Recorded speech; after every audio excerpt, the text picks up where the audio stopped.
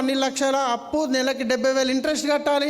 ఇక్కడ కూర్చున్న వాళ్ళు చాలామందికి ఇంచుమించు ఏదో ఒక ఇన్కమ్ ఉంది. ఒకవేళ స్టూడెంట్ అయితే ప్యాకెట్ మనీ అన్న దొరుకుతుంది, అవునా కాదా? నేను బిజినెస్ స్టార్ట్ చేసినప్పుడు ఇన్కమ్ జీరో, నెలకి 70,000 ఇంట్రెస్ట్ కట్టాలి. నెలకి 70,000, 30 రోజులల్లో 5 రోజులు అప్పులు అడగనికే తిరుగుతుంటే. మళ్ళీ బిజినెస్లో ఒక రూల్ ఉంటుంది, కార్డినల్ రూల్, అప్లైన్ని డబ్బులు అడగవద్దు, డౌన్లైన్ని డబ్బులు అడగవద్దు. మరి ఎవరిని అడగాలి? ఎవరైతే నో అంటారో వాళ్ళని అడుగుతుంటే.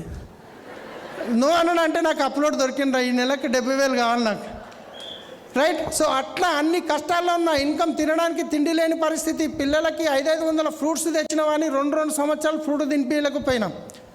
సో ఒకరోజు బిదర్లో మీటింగ్ చేయడానికి వెళ్ళాను. జేబులో 10 రూపాయలు ఉన్నాయి.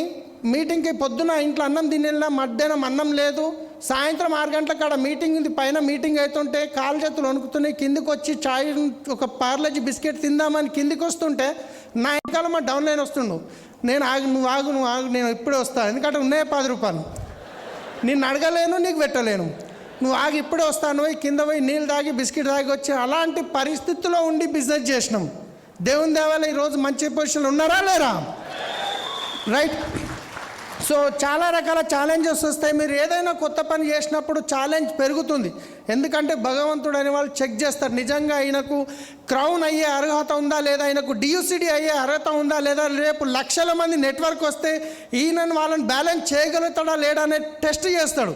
ఆ టెస్ట్లో కనుక మీరు ఆగిపోయారంటే అక్కడే ఉండిపోతారు. ముందుకెళ్ళిరంటే మీరు డియూసిడి అయ్యి స్టేజ్ మీదకి వస్తారు. సో మీరు సొంత ల్యాండ్ని కలిగి ఉన్నారా? మరియు మీరు మీ డ్రీమ్ హౌస్ని నిర్మించాలని అనుకుంటున్నారా? అయితే స్టేజ్ మీదకి వస్తారు. సో తర్వాత వచ్చేసి టూల్స్, మనకు అప్లయన్స్ ఏవైతే టూల్స్ ఇస్తారో ఆ టూల్స్ ప్రతి ఒక్కటి ఉండేది ఏం లేదు టూల్స్లలో.